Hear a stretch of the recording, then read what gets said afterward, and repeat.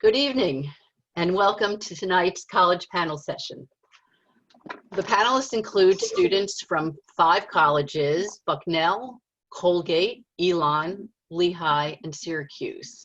And these wonderful young people have each generously agreed to share their time and insights about their own college processes and their college experiences. I am confident this is going to be a very informative and enjoyable session. But before I introduce the panelists, a few things. This session is being recorded. All the participants are muted. If you do have a question, you'll notice the Q&A box down below. I think I already have a question here. And you can just type in your question there. I will try and leave time.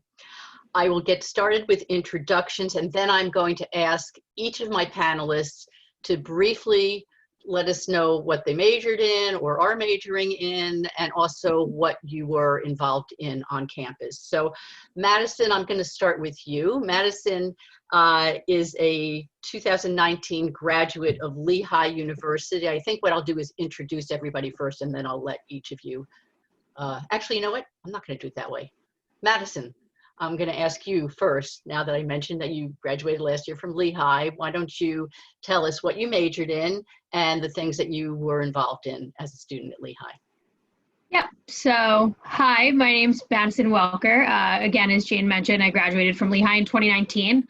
I graduated with a major in journalism and communication studies and minors in business, marketing, and entrepreneurship.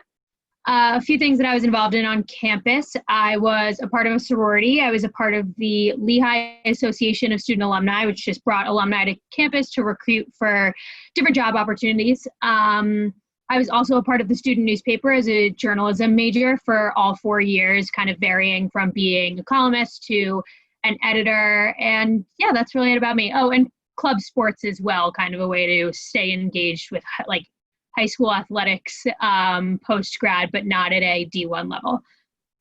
Okay, thank you. Grace Shaw, I'm going to go to you next. Grace is also a 2019 graduate. She went to Syracuse University, where she was in the Newhouse School of Public Communications. So Grace, why don't you share a little bit? I did say the school, but maybe you can talk more about your major and what you were involved with. Cool. Hi, I'm Grace. So I graduated in 2019. I studied television, radio, and film with a minor in acting. I was a part of a sorority, and that's it. Okay. Much more, but well, if there's anything more you want to share, here's your opportunity. That's the biggest part. Okay.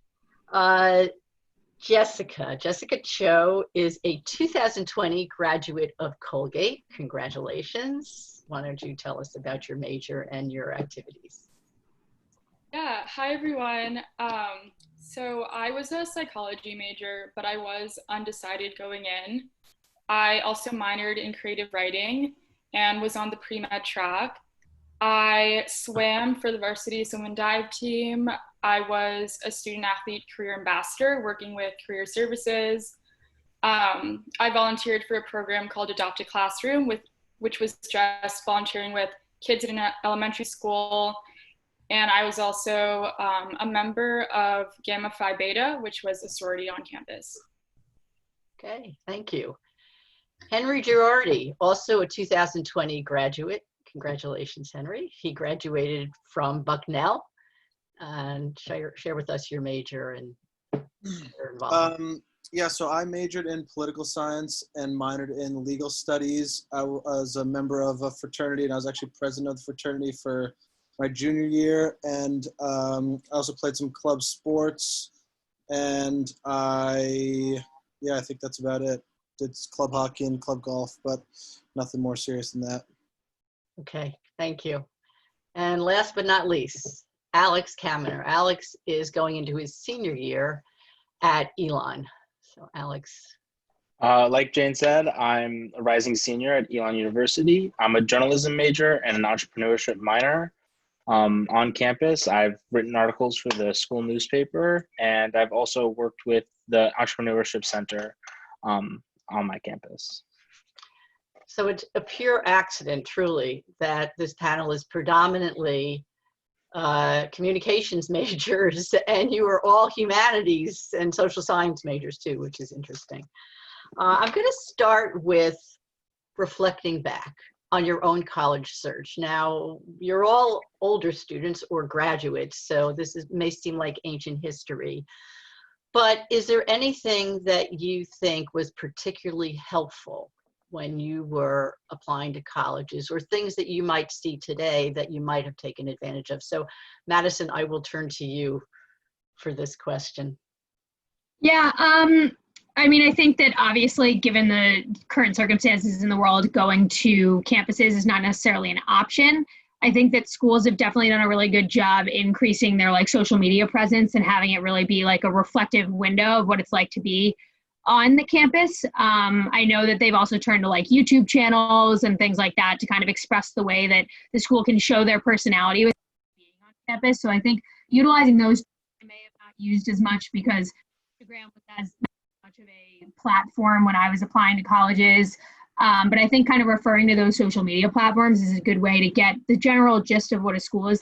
They like to keep the platforms updated with what's happening on campuses and whatnot. I just think it's a good way to understand the personality of a school based on the way that they communicate through those platforms. Okay, so any of my students listening who I've been pressed to take advantage of visuals, please listen to Madison. There's noise somewhere. I don't know. Okay, we'll continue and hopefully it will go away. What about in hindsight? Any of you feel like in hindsight you might have done things a little bit differently? Something you might have looked into more closely? Alex, why don't you take that one? Well, I think the college search was definitely easy for me, but something that I might have just didn't look into enough was looking at the location of the school. When I was doing my college search, something that I was told to a lot was to picture myself at the school on campus, like walking to and from classes. And that's something that I like weighed heavy on my decision. But what I didn't really do was think about like the location of the school as a whole. And that's something that I would have put a little bit more thought into. But regardless, I'm still very happy with where I'm at. Okay, what is it about the location? I being from New York, being so close to New York City, for me, like I would have rathered like a major city closer by to my school. But now that I have my car on campus, it's definitely made my life a little bit easier, being able to go off campus and explore the surrounding area. Okay. Anybody else have anything in hindsight they might? Yeah, I'll go. Okay. So I never really knew what I wanted to do in my life. So when I was looking at schools, number one, I started, Jane, I don't know if you remember this. Oh, I remember very well. Way too late. I started like senior year or like summer going to senior year looking at schools. I barely visited any schools. All I was looking for was like huge sports schools, schools in like warm weather. Like I was not focused on like the academic part. I was more focused on like which school would maybe be more fun or, you know, where I would meet cooler people. So I would definitely like, if I would go back, I would number one start thinking about school maybe like my sophomore year rather than like the year before going. So if anyone's also not thinking academically, like obviously location is huge. You know, the size of your school, if that's really important to you, definitely important, but definitely think about what you want to major in. And I know a lot of people going undecided. I changed my major so many times, so I get that, but it's really important. It's like college isn't all about, you know, what you see in the movies and that kind of thing. So I definitely wish I would have thought more academically. That's not what I thought you were going to say, because actually, really? because you did and do a 180 and ended up applying to Newhouse. So that's. Oh yeah. That's That was a you were going complete with. 180. Yeah. All right. I'm going to go back to Madison because I remember going through the process with Madison, and she applied early decision, but not to Lehigh. And so I would like her to talk a little bit about that experience of not getting into her first choice school and any advice that you might have, Madison, for students who Yeah. are applying to school today. So I was definitely one of those cases that had my heart set somewhere as my ED school and didn't get an early decision, and it was kind of just like a tumbling down from there.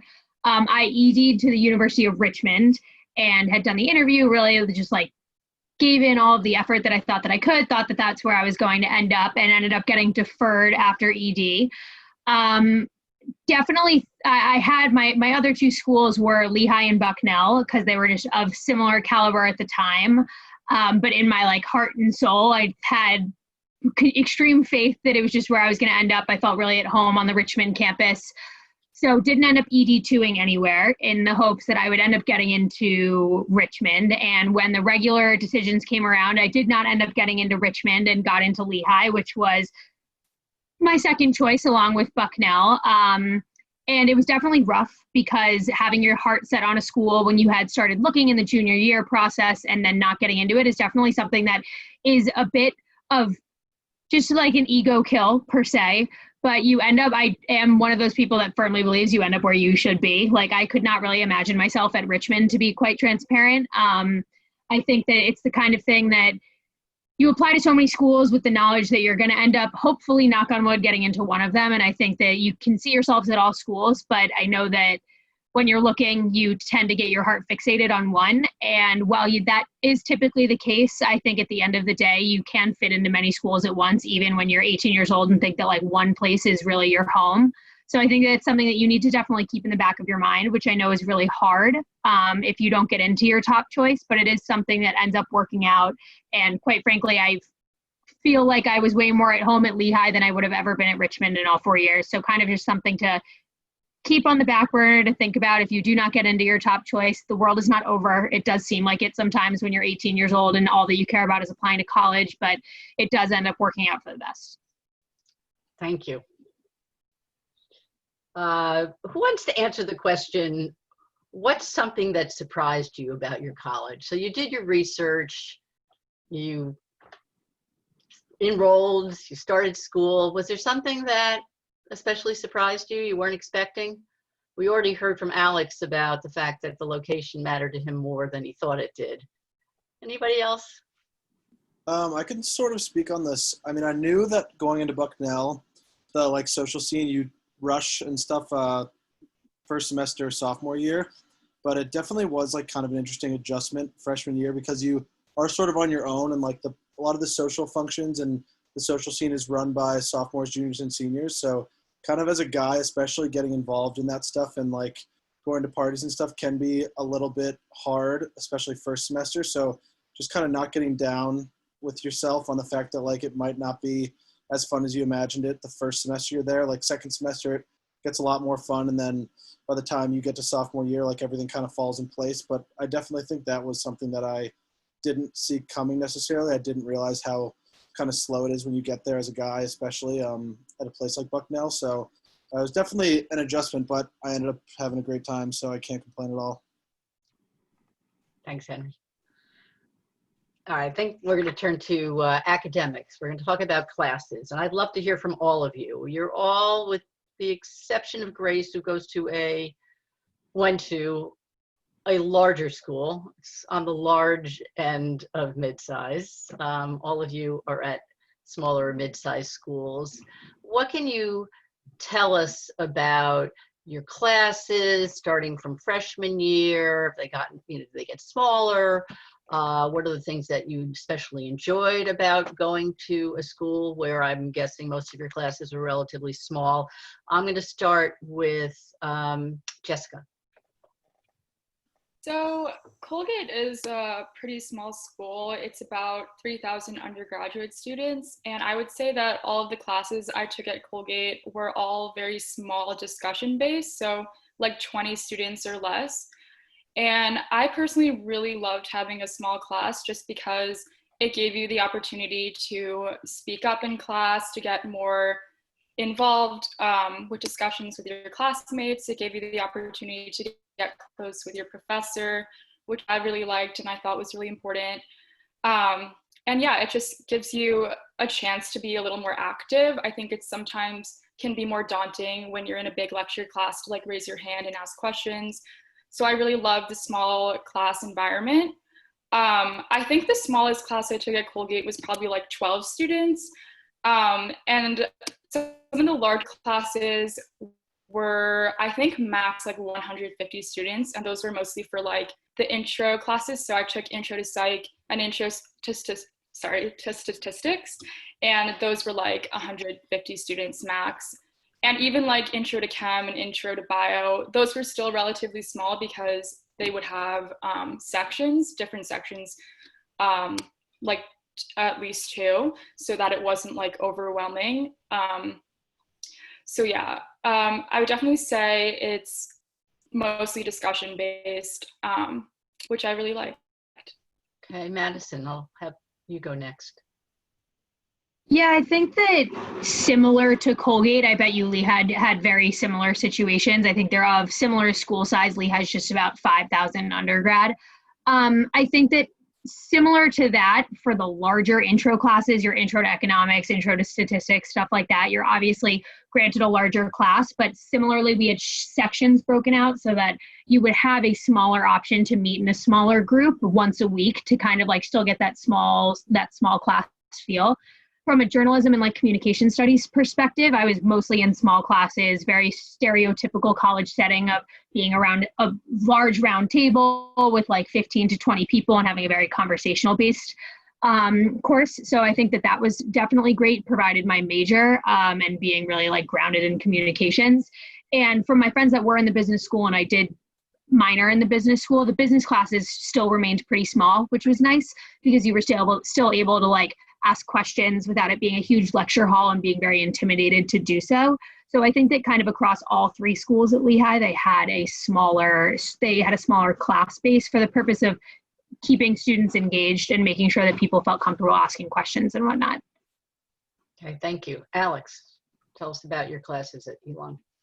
So my classes at Elon started off like your typical elective classes, the classes that your school might necessarily require you to take at the very beginning. But like Madison said, being a journalism major, I had much smaller classes as I was getting older and doing the older classes with specific concentrations in journalism, And I found that those classes were much more discussion based, I think specifically on my major, but also the size. And you really got to know your professors, which was something that I was definitely looking for when looking for a school, is the size of the classes and how personal you can get with your professors.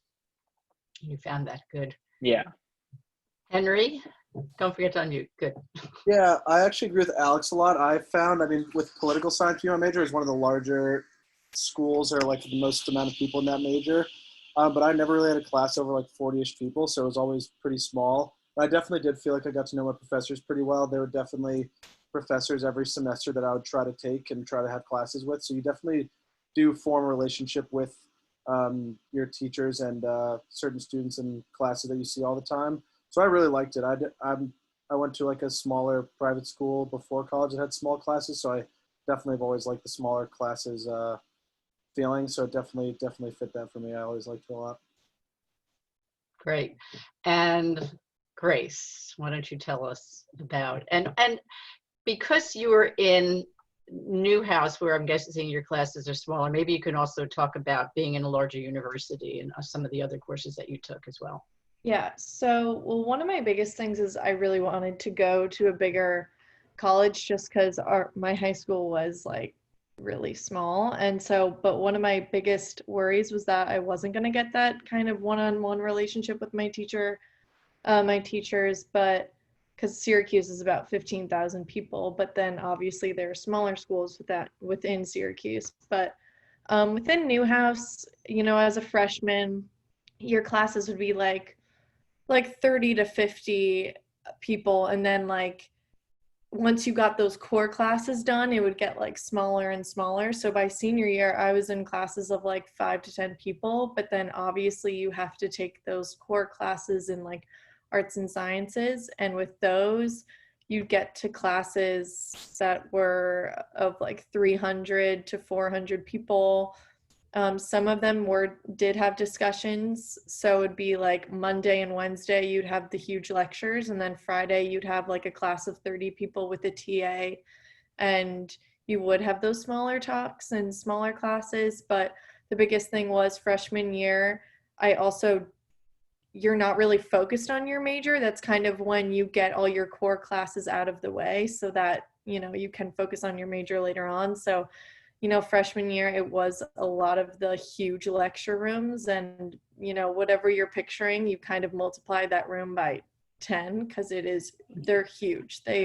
You have to get used to that. Like if you're sitting in the back, your professor is an ant, and you got to get used to it. I mean, the best part about that for me was meeting people. Obviously it's so easy to meet people, like 5 people if you're in like a tiny little classroom of people in your major, but it's also like you sit next to someone in a 300-person lecture that you've never met before, and then you continue to sit next to them every single day. So I kind of use those as a way to meet new people. But yeah, definitely if you're going to a big school, you have to get used to the fact that you may be sitting in the back row, sometimes sitting on the ground. You may not always get a seat, to be completely honest. And, but then also with most teachers did take attendance, but with the big lecture halls, people, like, it's easier not to go to class, honestly, to be completely honest. Like, I wasn't one of those kids, but there would be kids where they're like, well, this is a lecture hall of 400 people. My teacher's not going to know if I'm not there, so I might not go. But then, so that's one thing to think of. But yeah, for sure. The older you get, the higher grade you go, the smaller classes are going to be. But that's definitely something to think about when you're going into a, 15,000 person school. Okay, that's good advice. I want to talk about advising, and at least 3 of you, maybe 5 of you, changed your majors or you were undecided at some point and switched things around. So I'd love to hear what each of you has to say about that process and how you relied on an advisor and how that might have been helpful. I will start with Grace. I'm going to go in reverse. I'll start with you. I don't know if I'll go. Great. So I went in to Newhouse as a broadcast and digital journalism major, and I quickly switched within 2 weeks into television, radio, and film. And I used the advisors. Honestly, 2 weeks in, I already had switched. I made friends with the teacher so fast, and we had a conversation about, whether or not I wanted to go into the broadcast field or if I wanted to go into the more creative, like scripted field. So I changed within 2 weeks, and I stuck with television and film for the rest. But I utilized we had this office for advisors where you could just set up a meeting or just walk right in and write your name down, and they'd be ready for you in 10 minutes, and you'd have a conversation, and they would help you talk things out, and they wouldn't I had my roommate switched her major junior year of college in Newhouse. They're very helpful, and it is a huge school. Newhouse is very small, but they're there to help. They have an office. Everyone's there to help you. I mean, I switched so fast, 2 weeks in, and I stayed. So that may be a little different than some people, but yeah, I mean, I definitely kept in touch with advisors and teachers, and they definitely helped. Switching your major is really scary because you obviously go to a school for some people go to a school for a certain reason. And I went to Newhouse being like, Newhouse, yeah, great school. And then within 2 weeks changed my major. So it's scary. And then you're kind of having this crisis of, did I do the right thing? But there are teachers there to help you, and everyone's on the same boat. Everyone's scared. No one really knows exactly what they want to do. And there are people there to help you. So I use the advising office plenty. They knew my name. We were best friends. That's good to know. Henry, how about you? Yeah, so at Bucknell, we would get a freshman year advisor. So I had a freshman advisor. And then once I got to sophomore year and picked my actual major, it changed. And both of them were really great. I liked both of them. I stayed really close with my political science advisor, and like he's the one who would help me pick my class and all that. And I ended up taking him for my senior seminar. So they were always just really available. I think it probably has to do with the size of the school being small, so he probably doesn't have that many other advisees to take care of. But it was always super easy.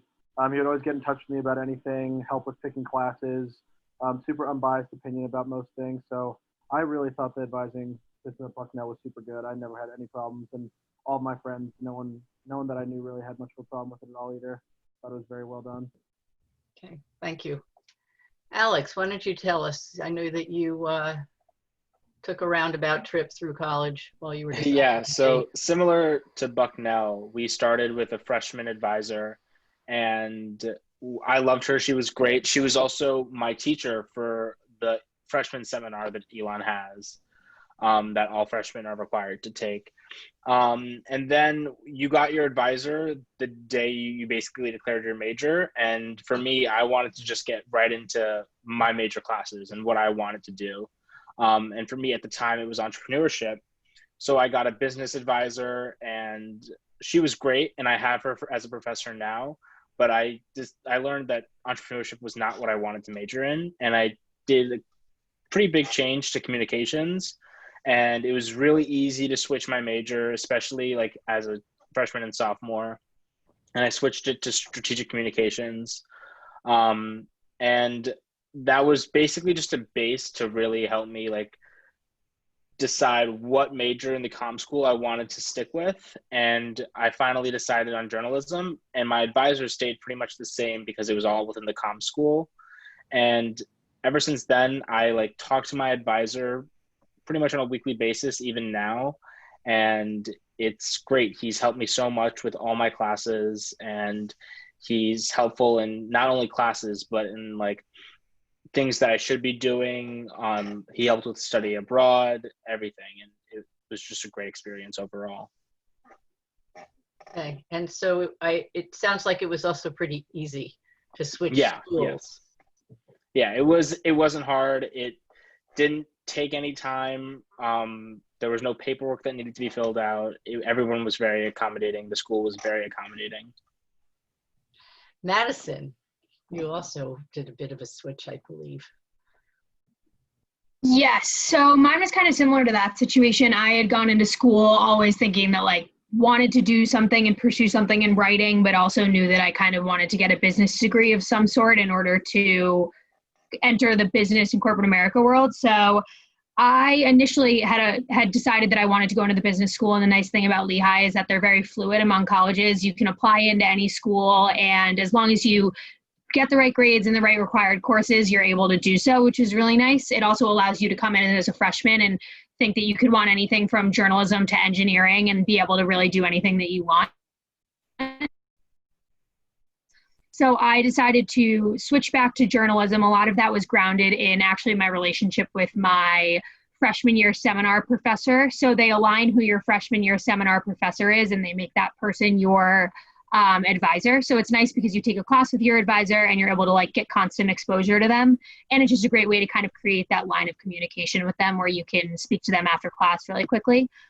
So I think that advising as a whole is kind of, you get out what you put in. Like if you really build that relationship with your advisor and you continue to cultivate that throughout all of college, like you're able to really keep them as a confidant. And they're also the kind of person that you can turn to when you're looking for recommendations, when you're applying to jobs, or you're like applying to grad school, as some of like my friends kind of had been. So I think it's really important to kind of find your person, whether it be like a professor or your freshman year advisor, and really like keep them close, because it's nice to be able to talk through things, especially when you're deciding your major, if you're deciding that you want to minor in other things. And then when it comes down the road and you're thinking about your career, it's just important to have somebody that has always like been there for you to kind of communicate with. So I think that it's the kind of thing that you want to build a relationship with someone. And I think it's really important for your college experience. Okay, thank you, Madison. And Jessica, how was your path at Colgate, and how did you take advantage of your advising? So similar to people who've already spoken, at Colgate, you take a freshman seminar and your freshman seminar professor becomes your advisor to help you with whatever you need. And then by the end of your sophomore year, when you declare your major, that's when you choose a different within your major. And the great thing about Colgate, as I kind of touched on before, is that because the classes tend to be smaller. Oh, sorry, can you guys hear me? Yes, now we can, yeah. Oh, Yep. sorry, it said my internet was unstable. Okay. But I know some people who are super, super close with their professors and their advisors, but some people who aren't as close.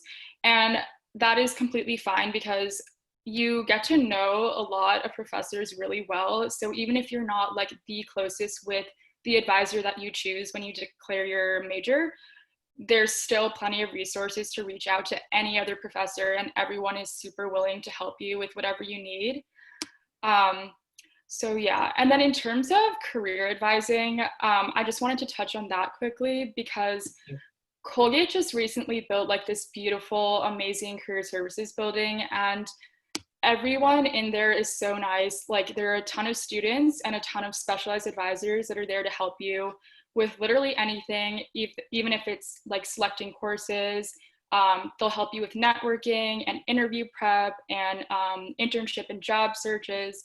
And they're all so kind. So I think what I wish I would have done looking back is I would have started going to career services freshman year. And it's not something that was really on my radar going into college, but by sophomore year, I started making appointments to try to get help with my resume. And I really just realized like how helpful career services is at Colgate. So I would definitely recommend going as soon as possible. That's a great answer. You totally anticipated my question because I'm going to turn that one over to the rest of you. 4 of you are graduates. How did you take advantage of your school's career services, and what advice would you give to students? And Alex, I will also ask you the question if you have been into the career services office and used the services. So let's start with Henry. Yeah, the career service at Bucknell is really good. They like blast you with emails 24/7, which is like annoying sometimes, but it's good because it reminds you that you kind of have to get on it. I liked it. I thought that they did a good job. The building was really nice and the people there were really available all the time.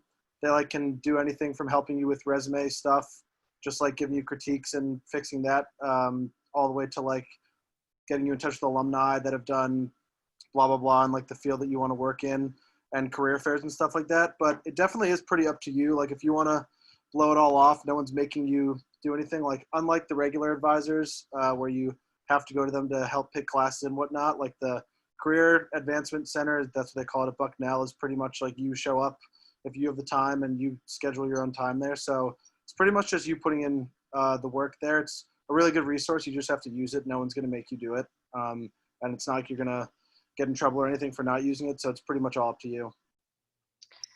Thank you. Grace, what would you say? How did you take advantage of career services? Yeah, so Newhouse had a career services center that I used, and I think it really completely changed my future like after graduating. So basically they would have these classes like resume building or like interview tips and tricks and all that kind of thing. And they had this huge list of contacts for alumni and how to network with them. But in order to get in contact with the alumni, you had to take these classes. So they kind of tricked you into like taking the classes so you could, benefit from getting in contact with the alumni. But I think that was an extremely smart idea. You would have to take the resume classes, the cover letter, how to do an interview, all that kind of thing. But then in the long run, it did, like after you graduated, you would get this huge booklet of kids who either graduated the year before you or in like 1985 and what they're doing now. And then also the Career Service Center would also they would have a lot of speakers who, whether or not they had graduated, they were alumni or not, they would bring people in from, obviously we are a communication school, so NBC and, and at the end of the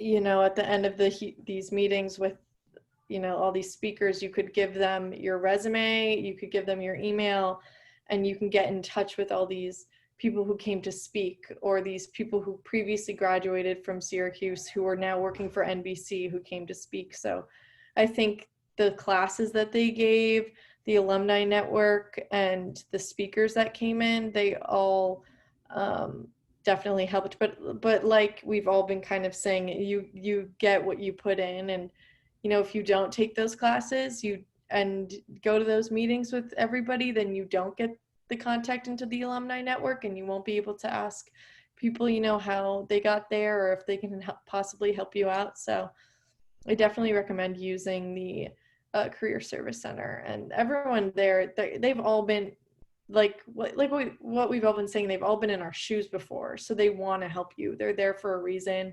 I was always very intimidated going in, but that's one thing I've learned is they're just trying to help you, and just give it all you got, because they're there for a reason.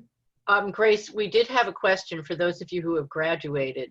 What are you doing now? So I will ask you, and then I'm going to ask Madison, and then I want to also find out about Jessica and Henry.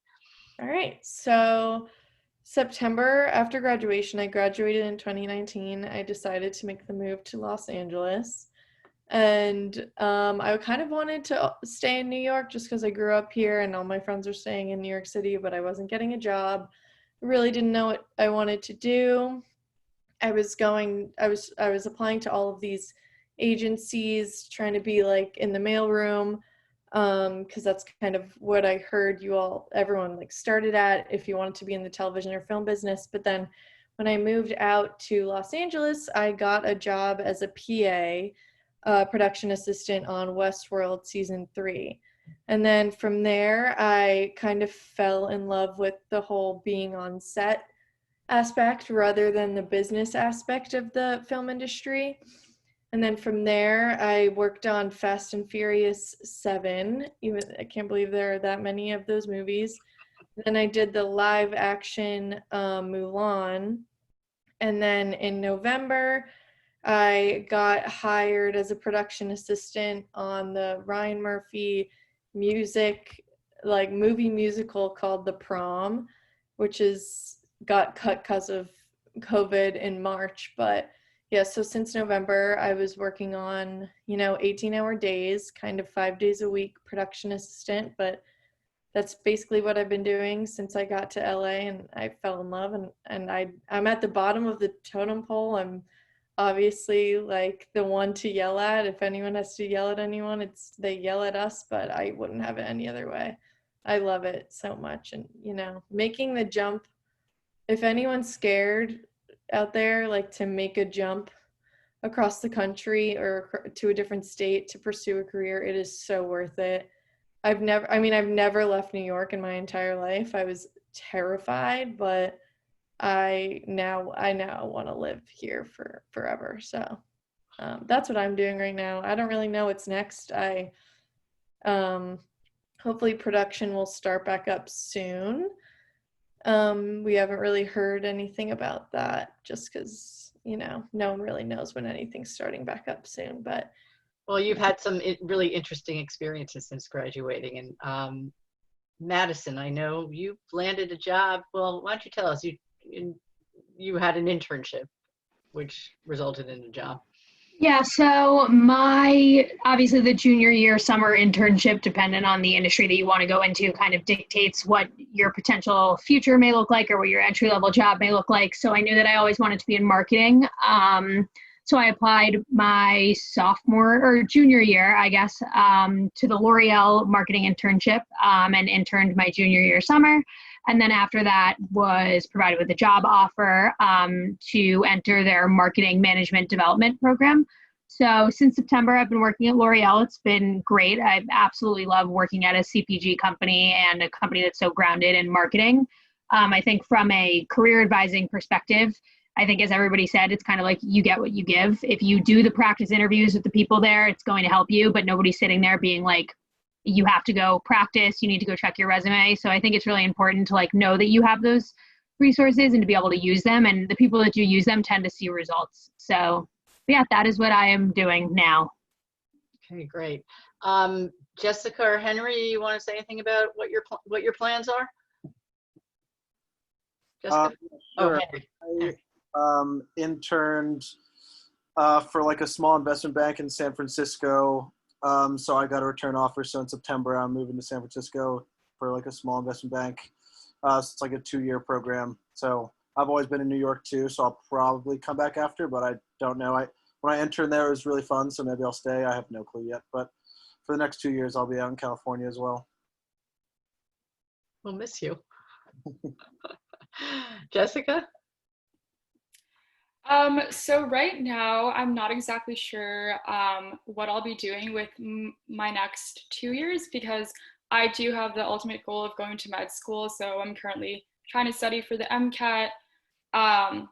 But going to Colgate kind of made me realize that I'm also really interested in more creative fields. Like I love to write. So I think maybe in the next year or so for a gap year, I would try to pursue more of like a creative field before diving into more science-y classes again. And I want to just underscore what Jessica's major is. It's not biology, it's not chemistry, it is psychology with a lot of creative writing too. So that doesn't mean if you want to go to medical school, you have to major in a science. All right, let's talk about the social life, because everybody wants to know what you guys do for fun. And I want to hear from all of you. We've got a few more questions to get through. We're running out of time. So let's try and keep our remarks short, because I want to get to some great questions towards the end. Jessica, I'll start with you. Tell us about the social scene, and let's sort of weave Greek life into that as well. How prominent it is in the school, and how you see it. So I think freshman year is a little unique because most of the social life kind of revolves around like more open parties, just because people haven't rushed yet. At Colgate, you rush your sophomore year. Freshmen, there's like a known bar downtown called The Jug, and that's where like a lot of freshmen go at Colgate. But then by your sophomore year, a lot of people start rushing, and we do have a pretty active Greek life. So mixers can happen like any day of the week. It's not necessarily a weekend thing. But on Saturdays, that's kind of a big social day for a lot of people. Usually Saturday afternoons, like into the night, there's always something going on. But in addition to the Greek life, there's also plenty of opportunities to get involved with forming social outlets with sports teams and also various other clubs. We have a really large outdoor education club that has a large social presence on campus. So it's not necessarily just Greek life.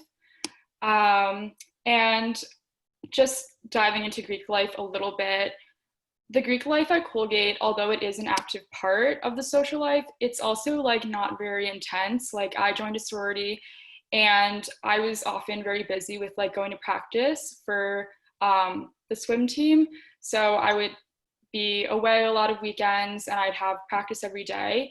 So I think the Greek life at Colgate was perfect for me because it was not a big commitment at all. Like you weren't required to go to every single event. So it was very relaxed, but also gave you an opportunity to have different opportunities to take if you wanted to with your Greek organization.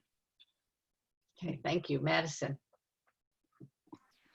Yeah, I would assume that Colgate and Lehigh's social lives are very similar, where Greek life is very relevant on campus, but not really the only social outlet. I think combined, there's like 38 fraternities and sororities. Like everybody, I think, finds their home within Greek life, and the Greek life isn't as like big school rah-rah-esque. Like it's really just a way for you to find people and connect with people. I think outside of that, though, I assume similar to Colgate and what Jessica said is sports teams, clubs, they all kind of form their own social lives, and it's easy to find the people that you fit in best with. I caveat that by saying that Lehigh is a really fun school. Like the social life is great and you find the right people. And it's very easy to do so, especially given you don't rush until second semester. So you're really able to like find your friends before joining a sorority, opposed to like finding your sorority and then finding friends. It's just a nice way to figure out who you want to be with and then make that decision together, whether you want to join Greek life or not, and what sorority or fraternity you want to join or not. But I think the social life is pretty fluid outside of Greek life. Like it's sports, it's clubs, it's Greek life. At the end of the day, people find their niche. And if they don't, there's also like bars and everything that we go to. It's very easy to like access a social outlet. Okay, thank you. Alex. Elon's pretty similar to the other schools that have been talked about. I think Greek life definitely seems the most prominent when you come on as a freshman, especially because this is what you see in orientation week and syllabus week is, oh, everybody's going to these fraternity parties because that's what you hear about. But as you get older, and I didn't join a fraternity, and that in no way has affected my social life whatsoever. Though it was hard to just like really accept that Greek life wasn't going to be a part of my social life as much. It definitely didn't affect my social life at all. I really enjoy, like other people have said, going to parties that aren't from Greek life. There's clubs that host parties. There's friends that host like parties in their apartment. There are other bars that have parties. And honestly, the Greek life is not a huge part or as big of a part as people may like make it out to seem. Yeah, but besides parties, there's other events that are hosted by tons of different organizations and people on campus that are just great ways to meet new people and make new friends. Thank you. Henry, what do you want to tell us? You were president of your fraternity. Yeah, I mean, that was definitely like a lot of responsibility and like not that fun all the time being president, but I guess I kind of had to do it. It was fine. But definitely just like being a member of a fraternity was really fun. I had a really good time. Greek life is a pretty big part of Bucknell just because Bucknell's like kind of in the middle of nowhere. So there's not really a huge bar scene. There's 2 bars and they're like very strict with IDs and stuff. So if you're not 21, it's not like you're going to those bars anyway. So it's really just seniors that are going to the bars. So it was definitely a pretty big prevalence, but just like all the other schools, like if you play club sports or in certain clubs, like they have parties. It's not like if you're not in a fraternity or sorority, you have nothing to do. It's really not a huge deal, but it definitely was. I found that most of the parties were being hosted by fraternities. That's at least how I felt when I was there. But yeah, just being like a regular member of a fraternity or sorority, it seemed like everyone had a pretty good time. It's not a huge responsibility. It's not like it takes up all of your time, all of your day. And I think it definitely helped me get involved on campus. And I mean, being president was a really cool thing. I just don't know if I would say everyone should do it. It wasn't that great all the time. Thank you. And Grace, tell us about the social life at Syracuse. So I think Syracuse has a bit of a stereotype when it comes to its social life, but you know, it's a really big school. So when I went there, I kind of did want that smaller community. So I joined a sorority, and you know, a lot of that comes with frat parties a couple times a week. And you know, it's a huge sports school, whether or not we're good or bad. You know, so it comes with a lot of tailgates, which I loved, a lot of day drinks. The school spirit there is pretty crazy. So that's probably the best part, is the tailgates. And you definitely do not need to be a part of a sorority or fraternity, even though it is a really big school. In terms of like the social life, a lot of my friends were not in Greek life, and something that I thought, I'm sure a lot of other schools do this too, but this was a really big part of my social life, was you know, basement concerts. So we had a really big music like not a music school, but program, and a lot of the kids were in bands. So we had these 3 houses that would always have concerts in their basements. And you know, whether or not you're in Greek life or not, everyone would go to these concerts, and it would just be like 3 kids in a band, you know. So it was that kind of thing. So you know, frat parties, going to bars, date nights, formals, tailgates, day drinks, basement concerts. So there's so many options. Like, I say now that if I went to Syracuse, I probably wouldn't rush, just because I think Greek life is very different now than it was when I first got to school. But I definitely used Greek life as part of my social, yeah. It had a big impact on what I did on my weekends and my weeknights. I like it. I want to talk about not so much politics on campus, but if you want to say something about the political vibe and the involvement and maybe activism on campus, that's fine. But I'm as much interested in the balance. Do all students have a voice? Is one shout out the other? Who wants to start with this question? I mean, I can say something. I feel like Bucknell is a pretty liberal campus. I would say mostly. But I felt, at least inside the classroom, if you had like a perspective on something that might not align liberally, as long as you can back it up with like facts and information, I don't think you'd ever be like docked points or anything like that for feeling a certain way. I didn't really feel like any people's voices weren't heard necessarily, but I also did feel like Bucknell was a pretty like homogeneously white and affluent campus generally. So it wasn't really like there were that many different voices to be heard. So it's kind of hard for me to like put a perspective on that, just because like most of the people I know there were white, like most of the teachers were white. So it is a little hard to say, but I'd definitely say it definitely leaned a little more liberally, but I didn't feel like there was a huge political vibe at the school. I am curious, Henry, just because you started college 4 years ago and just graduated, so many schools have had a push to diversify their student body. Did you see any change from freshman year to senior year? A little bit. I actually definitely noticed in my fraternity, like my pledge class is like 33 people and there's like one kid that's not white. And the sophomore pledge class we just took has like 5 kids that aren't white. So I don't know if that's just our fraternity trying to do a better job with that, or if it's the pledge class, like, or the classes themselves getting more diversified. But I know the school is pushing for it. I took like a class called Politics of College that goes into that stuff. And I know that it is something that they want, because I know that the whole like only white looking school just isn't that great of a look, and it's just not really what you want from a college. You want diverse perspectives. So I know they are making an effort to do it, but I just don't know if I can accurately say if it's really happening. Yeah, I think in a lot of places it's not happening as fast as most of us would like to see it happen. Who else wants to jump in there?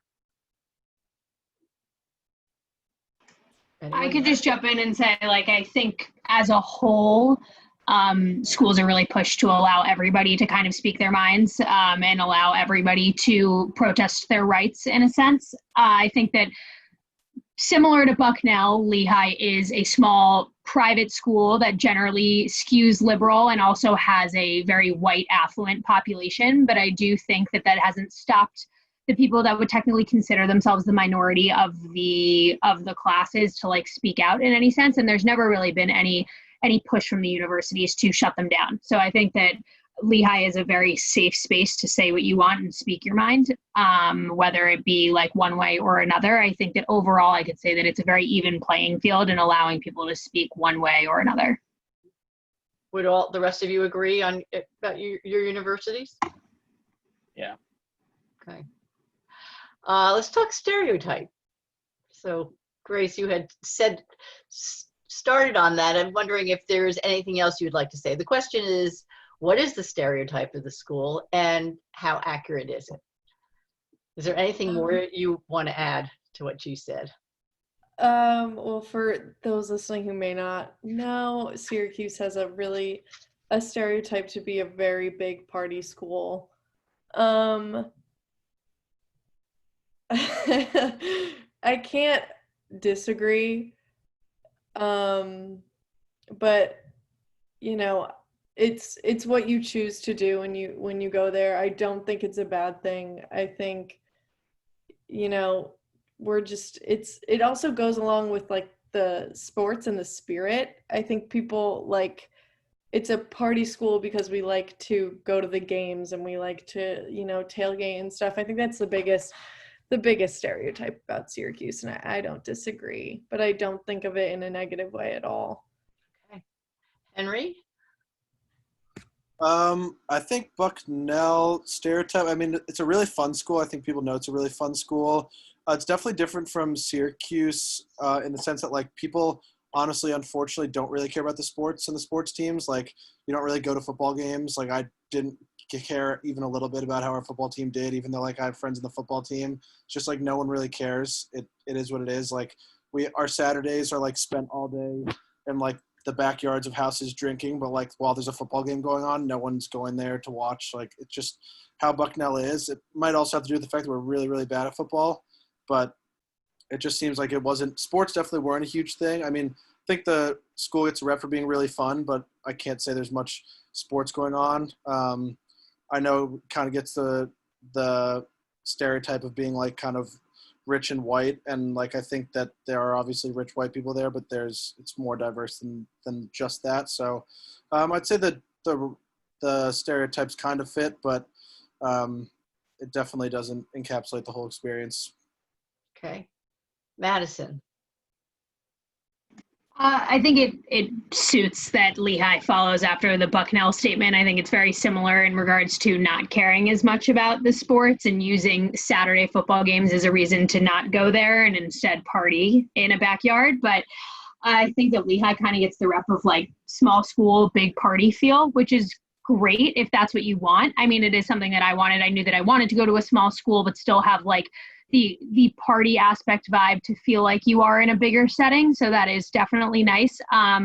Not really as grounded in sports as I can agree with. And I think that one of the stereotypes I would say is very similar to Bucknell in the white affluent aspect. And I don't necessarily think that that is the case. You can definitely get that sense depending on the group that you circulate yourself with. But I do think that there is way more like a diversified pool of people that you surround yourselves with if you do make that an effort, if you make that effort and surround yourself with those kind of people, opposed to just, like, siloing yourself, if that makes sense. So yeah, I would say that's probably what, like, the biggest stereotype would be. Okay. Alex, what would you say about Elon? I would say the stereotype for Elon is very similar to what a lot of other panelists have said. There's pretty fun party school, but I think a big thing, like I mentioned earlier, is Greek life. When you first get there and what you hear about when you're thinking about Elon is that Greek life is really important, when it's really not, and it has almost less than you'd expect importance on campus as you're told. I think overall, like, Elon is viewed as, like, this very white, liberal, preppy school, when that's definitely there, but that's nowhere close to how everyone is on campus. And I would say that's actually a small majority than what's it's stereotyped as. Okay. And then Jessica. So again, very similar to what people have been saying. I think that the Colgate stereotype is mostly white, preppy kids. And I do think that, well, it is definitely predominantly white, but I wouldn't say that everyone is necessarily preppy. I've met a lot of different people with a lot of different interests and styles and personalities. So there is a mix. And again, I think we do have a stereotype of being, like, a pretty big party school, and I would say that's true. But also I think that students are very passionate and high achieving as well. But something that I really loved is that I didn't find that anyone was, like, overly competitive with one another. Like, no one was really comparing grades or talking about GPAs. So even though everyone was very conscious about doing well academically, it wasn't like a cutthroat environment at all. Okay, I think a blanket statement I could add to all schools is, like, the work hard, play hard thing, from what I know of all of the schools that are being represented here. Like, you gotta work hard, but, like, continue to enjoy yourself. Yeah. And I realized I mean, I did intentionally group you all together, similar types of schools, thinking more in terms of students watching and who would be interested. Parting thoughts. One of the questions that I have as a last question is advising students about who would be a good fit, whether you want to answer that question or just something else that you feel you want to add that hasn't been asked. I'm going to let everybody have another minute. I'll start with you, Alex. I think if you want to go to Elon, people who value independence, value working hard, and like Madison said, playing hard as well. Like there's definitely a balance, and Elon, I think, really finds that balance. Like I'm sure a lot of other schools on the panel, the students who went to the school on the panel went to. I think overall, you're going to find your place and you're going to find where you're going to be most happy, and wherever you end up, it really depends on like what you make of it is what you're going to get out of the school, whether you're doing very little on campus or a lot on campus. Whatever you put into it is what you're going to get out. Okay, thank you. Madison, what are your parting words?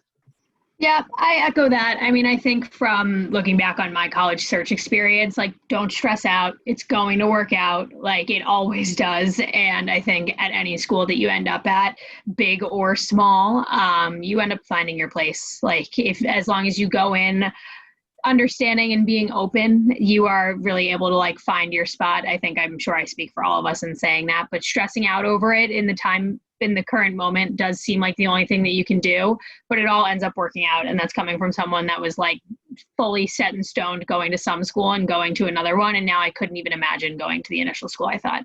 So just keep positive momentum. Great. Henry.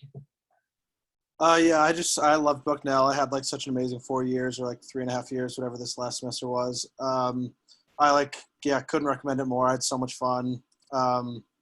If you get into Bucknell, I would definitely recommend going. I definitely didn't have like a weird path. It's where I wanted to go and it's where I ended up. But yeah, I loved it. I would recommend it to pretty much everyone. Okay, and Grace, I'll go to you next. I totally agree with Madison when she says do not, like, obviously you're gonna stress. Like, college is a huge decision. It's so terrifying. I stressed for like the last 6 months of senior year because I decided on the last day. I did not know what I wanted to do, but also to be completely honest, I hated Syracuse first year, and that is totally fine. Everything completely changed for me, whether it was like social life, friends, or classes. When you do go to school, and you don't feel like you fit in, give it another semester, give it a shot. I know for me, I hated it. I thought it wasn't for me. I regretted it. I cried so much. But I stayed, and I could not imagine myself anywhere else. I also, like, my first choice when I was first deciding, I really wanted to go to Boston College, which is completely different than Syracuse. I did not get into Boston College. I was like pretty heartbroken. And now I'm like, if I went to Boston College, I would be a completely different person. Like, Syracuse has shaped me to who I am today. And like, I'm really stressing on, if you aren't happy that first semester, it is okay. Things will probably change for you. Obviously, if I tell you not to stress, that's not going to work. You guys are all going to keep stressing. Like, writing essays, it's so hard to decide. There's so many options, sizes, sports, all this stuff, but it will work out. And, just keep your head up. I do want to just add to that, and because I totally agree, and I think that's wonderful advice. But I will also add that it is what you make of it. You all have said that here. And it's what you make of it socially, too. Mm-hmm. So if it's not working, find a different crew. Get yourself out there. Don't hibernate in your room. Anyway, This was not my place to be giving advice. I was looking to all of you for that. So I'm going to turn to Jessica, and then we'll close. Jessica, what advice are you giving? I would say, insights. If you are really interested in getting that full liberal arts experience, Colgate would definitely be a great place. You do have those like distribution requirements, so you get a taste a little bit of everything. And you might not normally choose a class that you like have to take, but you'll get so much out of it. It'll broaden your horizons. So I really do love that liberal arts aspect of Colgate. And I would say definitely just take advantage as much as you can of all the resources that Colgate has to offer. There's so many people that are willing to help you, students and faculty. And also Colgate is just like a very, very beautiful area. It's rural, so it's a lot of like grass and like random meadows, but it is a very beautiful place. So yeah, take advantage of like the natural surroundings as well. Well, I want to thank you all. Wonderful panelists. I loved your insights, and I think you really gave our listeners and me a great sense of what it's like to be a student at one of your schools. So thank you again, and thank you, participants. And I wish you all well and have a good evening. Thank you. Thanks. Thank you. Bye, Jane. Thanks for including us. Of Yeah, course. thank Thanks you. for saying yes. Bye. Thank Have a you. good one. Stay safe, everybody. Yes, you too.